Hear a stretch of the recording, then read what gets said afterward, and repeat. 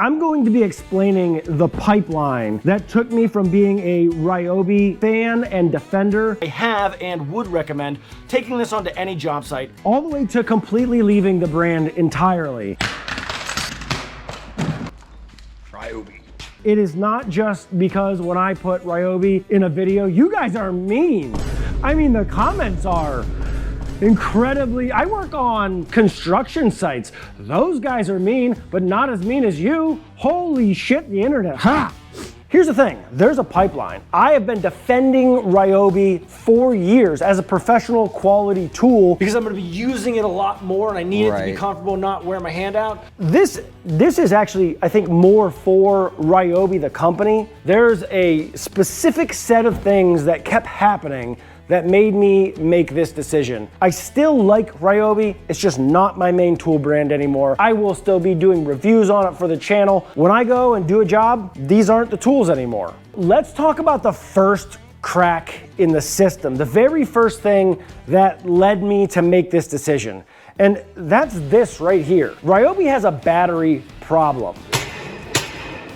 These are only a small selection of the batteries that I have purchased throughout my years and years of using Ryobi. And here's the funny thing. That doesn't work. That one doesn't work. Neither of those works. This is the only functioning battery of Ryobi's I have right now. And the light indicator doesn't work on it, so I don't know how much time I have left on this. This is a huge problem.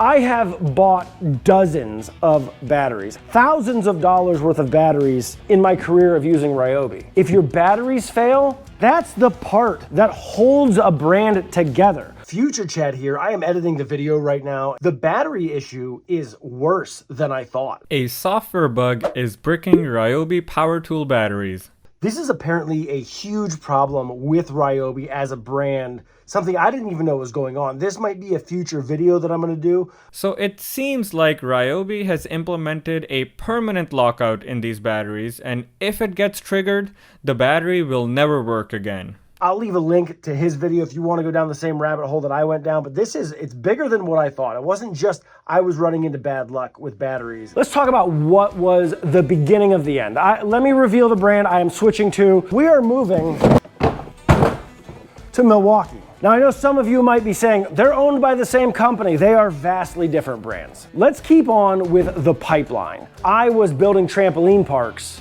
and we were tearing a trampoline park out, and Ryobi didn't offer a tool that I needed. I needed a portable bandsaw to tear apart this trampoline park. I bought the Milwaukee, it was a good price, it was a quarter tool, it did great, and I abused the shit out of this thing. This light is broken, I've drug it across the floor. I've been using this thing for years now. Let me explain the major problem here, is at the time that I purchased this Portaband, Ryobi didn't offer one. That is the second major issue that has run me from Ryobi into using Milwaukee as my primary brand. Milwaukee offers tools that Ryobi just doesn't offer, and I don't see them offering them anytime soon. They offer the Portaband now, the first battery-powered tool that I bought from Milwaukee.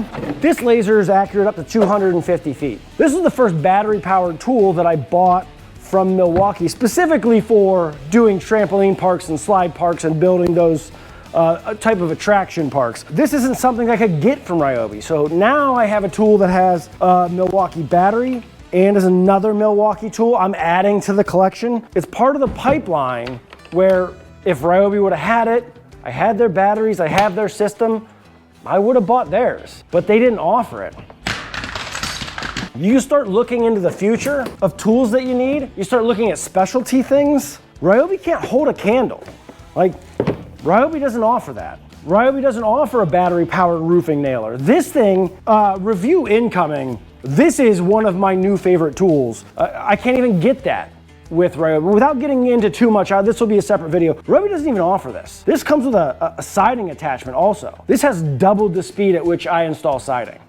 And I can't get this at all from Ryobi. This is the second major issue that Ryobi is gonna have as a tool brand. Milwaukee just offers more. If I need concrete tools, Milwaukee has them, Ryobi doesn't. Plumbing tools, Milwaukee has them, Ryobi doesn't. The more you grow as a contractor or as a handyman, in your specialty field, in your trade field, as you grow, you run out of room to grow with Ryobi and you start leaning towards a different brand. And Milwaukee has it. They have the tools. So now they've got tools that I want that I can't get. I'm buying a tool, I've got the batteries. Then you start getting into specialty tools and you start noticing differences in things. Let me explain to you the difference between these two tools. These are drywall guns. And as you can see, I have been using this for years. Hundreds and hundreds of sheets of drywall have hung with this guy. I've recently started using this. And the difference is infuriating. It is so much better that I'm pissed that I didn't own it sooner. It spins up and torques so much faster. In the quiet mode, when I'm smacking screws in, the quality is the next problem that you run into with Ryobi. For most people, they're fine. But if I have 10 hours to hang drywall and I've got a tool that makes it easier, I'm spending money on that tool. That's all there is to it. Good? Holy shit, it's amazing.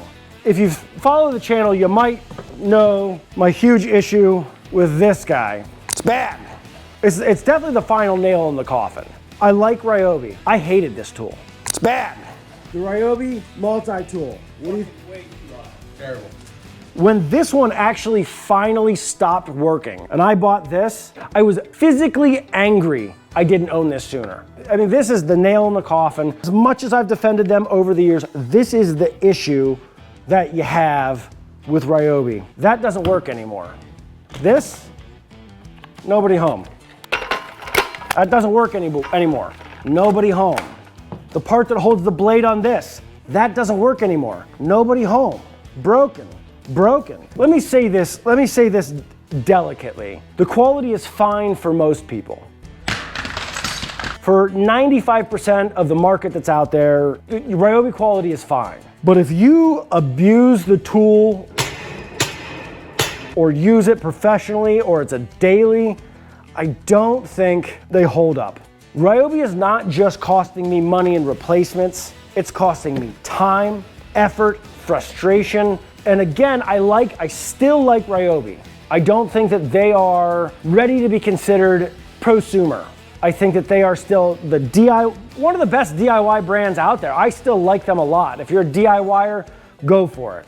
The downfall of switching to Milwaukee is that it's more expensive.